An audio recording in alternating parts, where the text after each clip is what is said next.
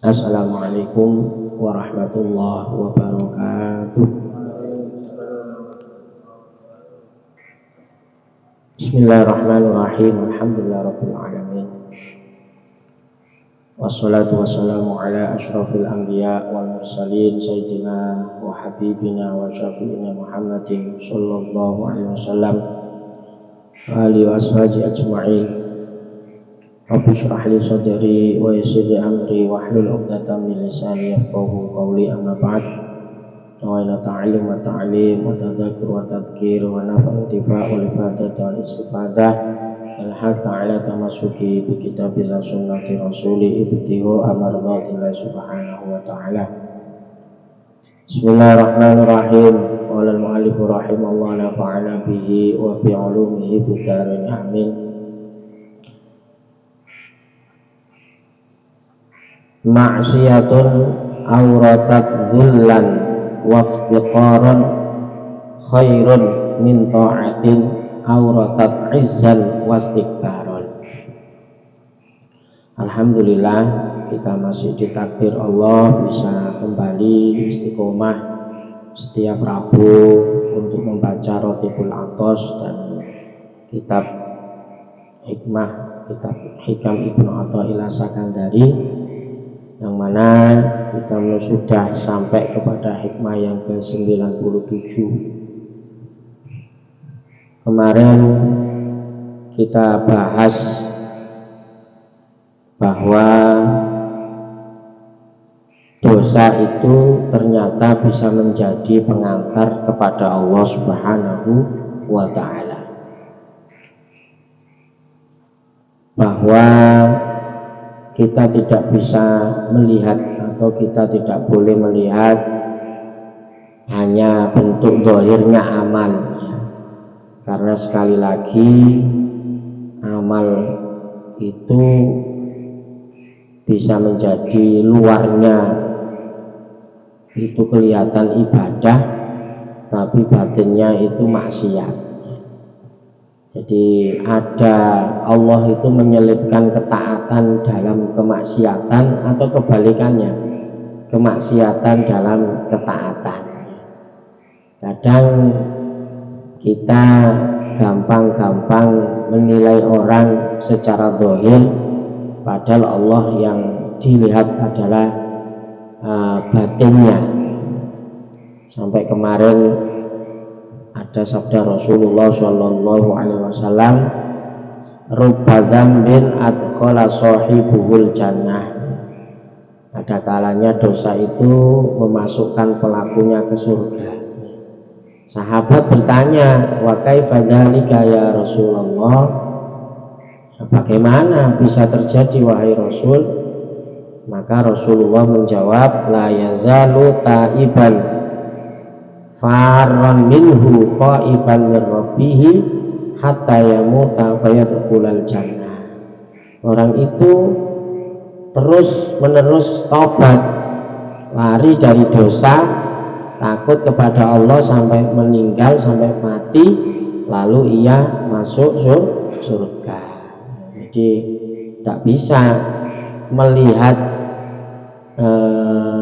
kelihatannya dia itu bermaksiat, ya.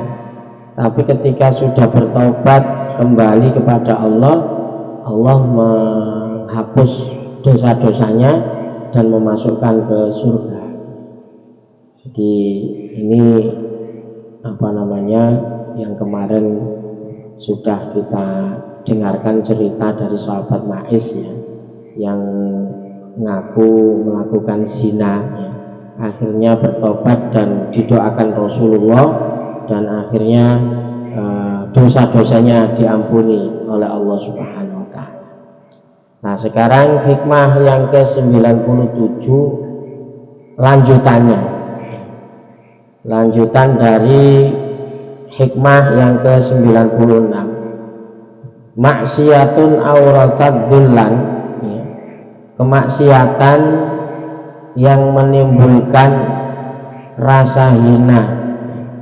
Jadi orang bermaksiat tapi mengakui, ya, di hadapan Allah bahwa dia ngaku bersalah dan hina, waftiqoron dan rasa butuh, artinya butuh rahmatnya Allah, ya.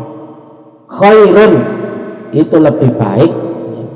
Min ta'atin awrathat izzan wastikbar, lebih baik dari ketaatan yang menimbulkan kebanggaan diri dan kesombongan.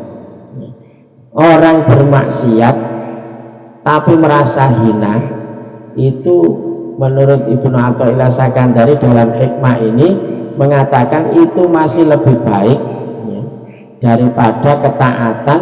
Dia melakukan ketaatan tapi merasa berbangga diri atau merasa sombong. Nah ini, jadi sekali lagi amal ibadah kita itu, semua ketaatan itu bisa diterima oleh Allah Subhanahu wa ta'ala.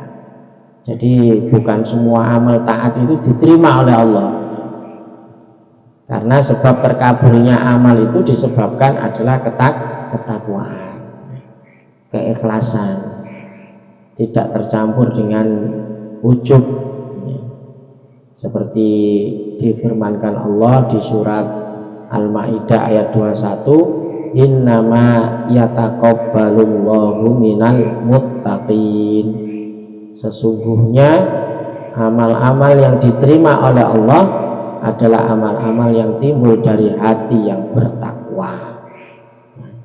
Ada orang beramal bagus, taat secara zahir, tapi batinnya tidak dibersihkan sehingga dia merasa dirinya lebih baik, dia merasa dirinya ini merasa dirinya itu bisa melaksanakan itu karena memang kemampuannya. Hal seperti itu tidak bisa diterima oleh Allah Subhanahu wa ta'ala. Jadi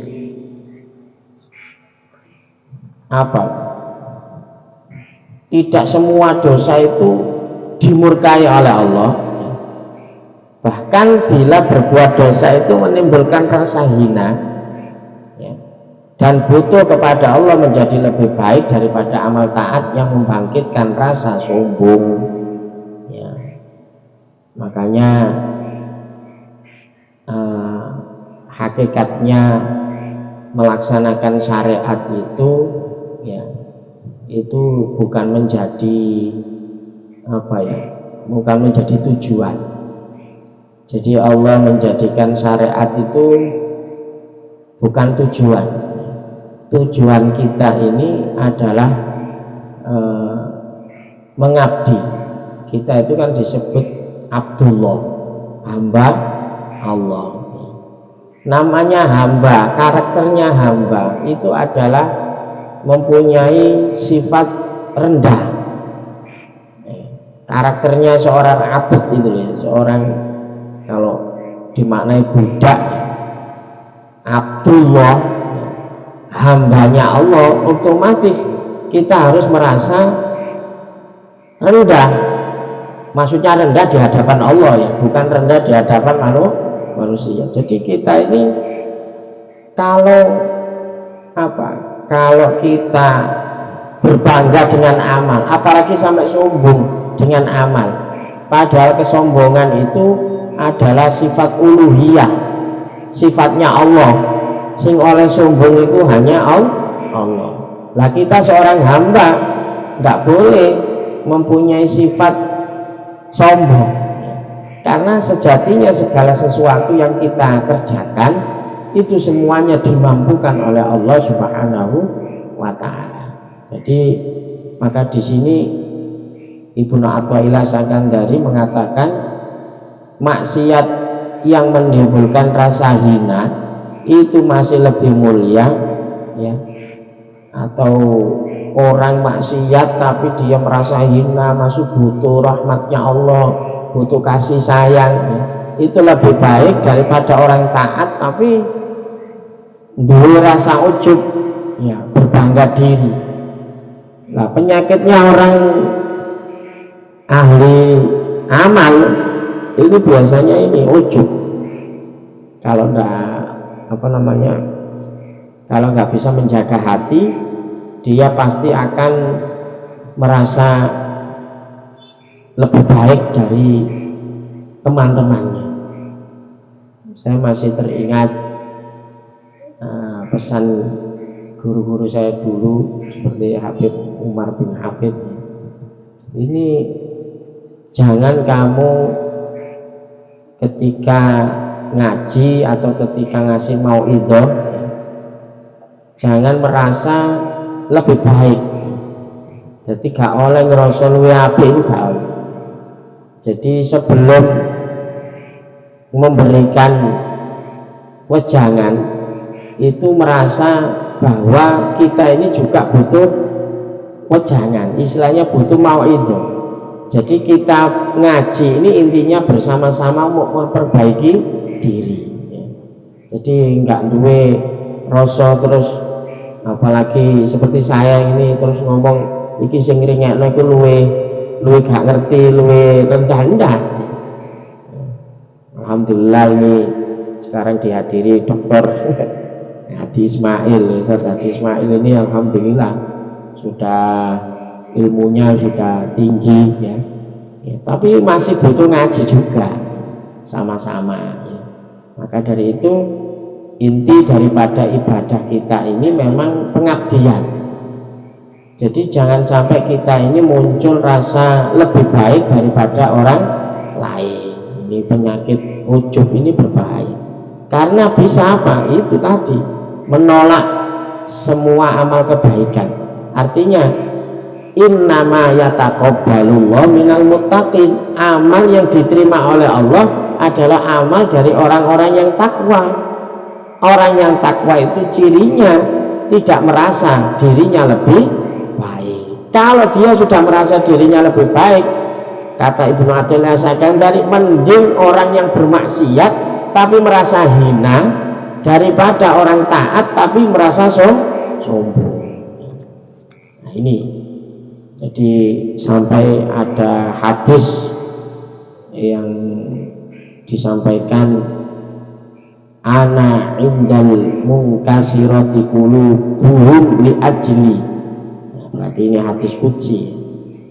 Ada hadis qudsi, Allah berfirman, saya bersama orang-orang yang rendah diri, hatinya merasa sedih karena aku. Jadi ini loh ya, jangan disalahartikan di depan manusia loh ya. Kita tidak boleh kalau rendah diri di depan ibaratnya itu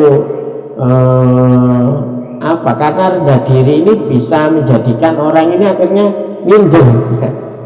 Ini secara hati kita ini merasa tetap kita ini adalah orang yang nggak bisa apa-apa di hadapan Allah Subhanahu wa Ta'ala. Jadi ilmu yang kita punya ini ilmu titipan Allah Subhanahu wa Ta'ala.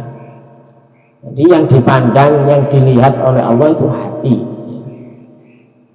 Nah, dalam hadis juga disebutkan, inallah la yanzuru ila suwarikum wala ila a'malikum walakin yanzuru ila qulubikum. Allah tidak melihat kepada bentukmu dan amal perbuatanmu. Loh ya apa sih? Jadi bentuk kita, amal perbuatan kita tidak sebagai penilaian, tetapi Allah melihat kepada hati atau niat dan keikhlasan kita.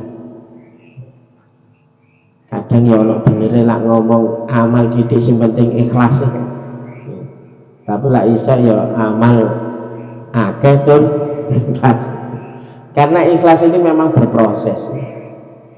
Nah, jadi kita ngaji di sini ini semuanya kita masih dalam proses. Jadi orang itu kalau berproses memang ya seperti anak kecil gitu ya, mau berangkat sekolah, kalau dikasih bekal, disangoni, dikasih tas yang bagus, sepatu baru, gelem budal sekolah. Kadang seperti itu kita.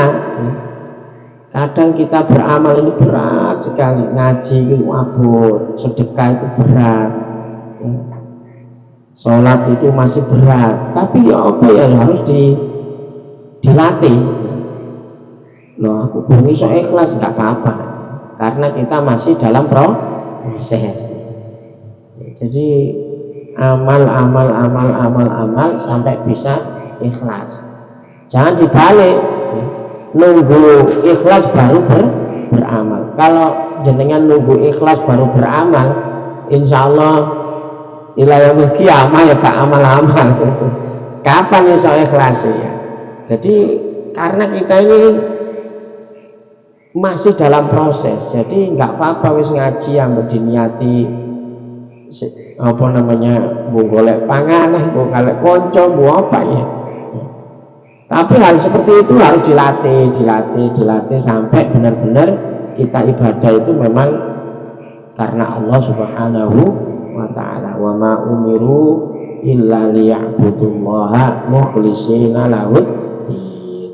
Tidaklah kita diperintah untuk beribadah kecuali dengan ikhlas. Al-Imam Haris Al-Muhasibi mengatakan sesungguhnya Allah mengendaki kepada hamba-hambanya adalah hati mereka. Maka jika orang itu alim atau ahli ibadah tapi sombong, itu enggak dianggap oleh Allah. Cek mending wong maksiat tapi merasa dirinya rendah. Jadi orang itu harusnya punya ketawaduan, tawadhu. Jadi dalam kitab Tambihul Muqtarin karya Imam Sa'roni itu disampaikan ada satu amalan yang tidak ada satupun yang hasud. Jadi amalku wabe nikmat ya. Nikmat itu kan semua nikmat, likulli nikmatin mahsudun. Setiap nikmat itu mesti orang sing hasud. Hasud itu apa? Ya gak seneng lah. Setiap nikmat. Tapi ada satu nikmat yang diberikan Allah enggak, orang itu enggak bakal hasud. Apa itu? Tawadhu. Orang tawadhu ini enggak terkena hasud. Ya boleh hasud wong dhek oleh ngisore. Biasanya orang hasud itu kan karena persaingan. Karena apa ya? Duwe nikmat apa gitu ya.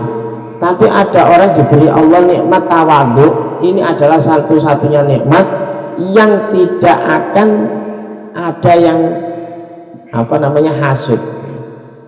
Ya, jadi orang tawadhu itu mesti disenengi wong. Ya. Ada orang alim tawadhu, ya, mesti nggak ada yang apa namanya bahasanya itu hasud gitu loh ya, nggak ada. Karena apa? Karena dia itu orang tawadhu. Tapi kalau nikmat-nikmat yang lain, zaman dikasih nikmat, mau dikai bojo ayu, mau dikai omah gede, mau dikai kedudukan sama Allah, ya, pasti di situ ada orang yang merasa tidak senang. Apa kok aku aja oleh nikmatnya? Nah, ada hasudnya. Tapi untuk yang orang tawadhu ini tidak ada yang hasud, itu tidak ada.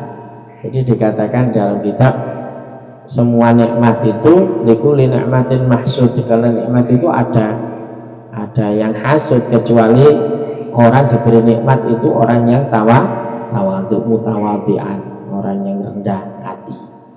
Jadi nggak merasa dirinya lebih baik. Di dalam Al-Quran disebutkan innalladzina taqaw idza massahum ta'ifum minasyaiton tadzakkaru fa idza hum mubsirun. Ini surat Al-A'raf 201. Sesungguhnya orang-orang yang bertakwa bila mereka ditimpa was-was dari syaitan, mereka ingat kepada Allah, maka ketika itu juga mereka melihat kesalahan-kesalahannya. Tondone wong bertakwa, innalladzina taqau idza massahum ta'ifum minasyaiton. Ketika dia tertipu oleh setan, tadzakkaru, dia ingat. Jadi kan bukan berarti orang yang melakukan kebaikan, ketaatan tok yang termasuk yang diterima oleh Allah.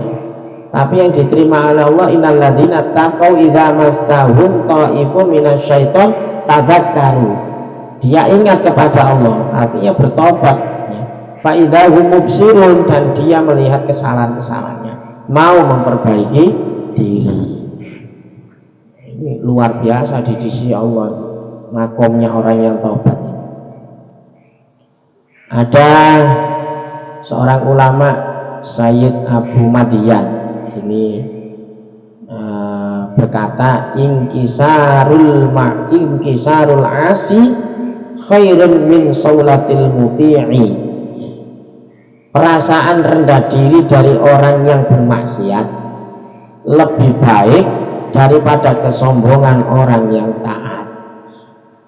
Saya ulangi lagi, inkisarul asi khairun min saulatil muti'i. Perasaan rendah diri dari orang yang bermaksiat, orang maksiat tapi ngerasa bersalah, mau memperbaiki diri, itu lebih baik daripada orang yang taat tapi sombong. Biasanya sering merendahkan orang lain, sering menghina orang lain, aibnya sendiri tidak pernah diketahui, tapi aib orang lain diumbar-umbar. Jadi termasuk orang yang sombong itu orang yang tidak bisa melihat aibnya sendiri. Jadi kita harus belajar melihat aib kita sendiri dibanding melihat aib orang lain. Kita lihat di medsos ya, di media sosial yang sekarang ini.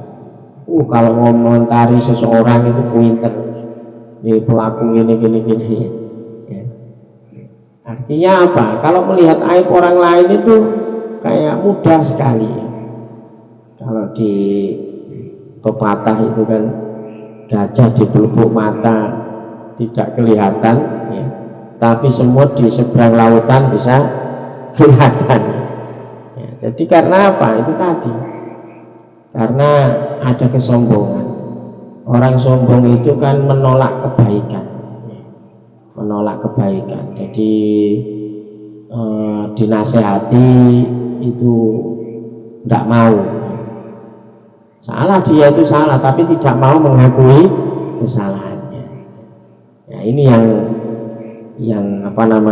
yang menjadikan nantinya amal-amal kebaikannya ini tidak bisa diterima oleh Allah Subhanahu wa ta'ala. Jadi sifat ubudiyah, abdun, hamba, itu gandengannya sifat ubudiyah itu merasa hina, rendah, merasa selalu patuh kepada perintah atasan, mengharap rahmatnya, kan itu sifat seorang hamba itu kan mestinya harus seperti itu. Kok ada seorang hamba sombong, tidak mau menerima kebaikan, tidak mau menerima nasihat, merasa dirinya lebih baik, ini bukan sifat hamba, ini sifat uluhiyah. Kalau sifat ubudiyah ya harusnya kita merasa diri kita ini rendah di hadapan Allah. Kalaupun ada apa-apa kelebihan dari diri kita, langsung kita mengucapkan alhamdulillah. Semua ini adalah nikmat dari Allah Subhanahu wa ta'ala. Jangan seperti Tuhan yang istilahnya mempunyai sifat rububiyah. Sifat rububiyah itu kan Al-Qahhar, yang memaksa, yang Al-Jabbar, yang sombong, yang memang sifat Allah seperti itu tidak boleh dimiliki oleh seorang makhluk. Nah, kita ini sebagai hamba sifat ubudiyah ya merasa hina, merasa rendah. Kalaupun ada kebaikan itu murni bukan dari diri kita, semuanya dari Allah Subhanahu wa ta'ala. Nah, ini ada hadis laulam tudnibu la khasyitu alaikum ma huwa asyaddu min dzalik al-ujbu. Seandainya kamu tidak ada yang berdosa, niscaya saya lebih takut apa yang lebih berat dari itu, yaitu ujub. Jadi koyok-koyok akeh wong menungso iki ngrasa gak duwe dosa, tapi ada terselip di dalam hatinya itu sifat apa? Ujub. Apa ujub itu? Itu berbangga diri. Ini kan wajar menungso itu punya, kayak aneh wajar ya. Kalau enggak orang belajar ilmu hati, pasti dia semuanya manusia itu kalau tidak pernah berdosa, mesti dia merasa lebih baik. Umpama kita semuanya orang majelis, orang ahli ilmu, gak ngerti ilmu tentang hati, kita berjalan ono arek gak sembahyang, ono arek melakukan dosa, ono arek itu kan merasa langsung wong iki lho wis koyo ngene iki sing ahli neraka ya ngene iki. Jadi tidak tahu bahwa semua yang terjadi ini adalah kehendak Allah Subhanahu wa ta'ala. Enggak berat kita menilai orang ahli maksiat ini adalah orang yang divonis masuk neraka, bisa jadi dibalik ya. Kita yang aslinya ahli ibadah ternyata nanti di ujung akhir hidup kita terus bermaksiat, mereka yang ahli maksiat terus tobat ya. Nah, bisa jadi mereka meninggal dengan husnul khotimah, sedangkan kita nantinya suul khotimah kan tidak ada yang tahu ya. Wong semuanya ini adalah yang menggerakkan adalah Allah Subhanahu wa ta'ala. Makanya kalau menemukan orang maksiat, menemukan orang yang dikasih ujian oleh Allah, ini kita harus merasa ya alhamdulillah alladzi afani mimma talaka faddalani mimman khalaqa tafdila. Itu doanya. Alhamdulillahilladzi afani mimman. Jadi alhamdulillah saya dikasih Allah selamat ya. Gak kaya tanggoku, gak kaya koncoku makane.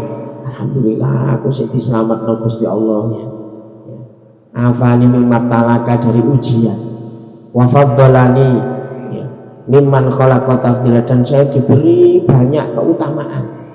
Artinya apa? Sadar betul kebaikan kita itu dari Allah Subhanahu wa ta'ala. Mereka bermaksiat itu juga yang menggerakkan Allah Subhanahu wa ta'ala. Wis maksiat itu urusannya dhewe. Kita tidak berhak menilai orang maksiat itu, memvonis kalau ini adalah ahli neraka. Tidak bisa seperti itu ya. Makanya di hikmah kemarin sudah disampaikan, dosa bisa menjadi pengantar kepada Allah. Dosanya orang itu loh bisa karena kadang orang itu kalau sudah melakukan taubat itu biasanya melakukan percepatan. Nah, akhirnya lebih semangat ya. Dulunya sudah banyak meninggalkan kebaikan, akhirnya dia merasa tertinggal dan akhirnya dia melakukan hal-hal yang sifatnya semangat untuk mengejar ketertinggalan dan akhirnya bisa lebih cepat sampai kepada Allah Subhanahu wa Ta'ala. Contohnya banyak sudah ya, mulai dari kelas sahabat ya, seperti Sayyidina Umar, terus kelas tabiin sampai ulama-ulama ya. Seperti ceritanya Sunan Kalijogo. Apakah dia ini ya enggak, asalnya ya banyak ulama wali-wali itu dulunya perampok ya. Dulunya itu preman dulunya, tapi akhirnya diangkat derajatnya oleh Allah Subhanahu wa Ta'ala. Jadi sekali lagi ini merupakan teguran pada kita semuanya bahwa amal kebaikan kita tidak layak untuk membanggakan diri atau istilahnya ujub ya. Karena ujub ini adalah satu-satunya dosa yang tidak banyak orang mengidentifikasi ya. Jadi kalau dosa-dosa koyo aneh, makan riba aku yoga, zina yoga ya.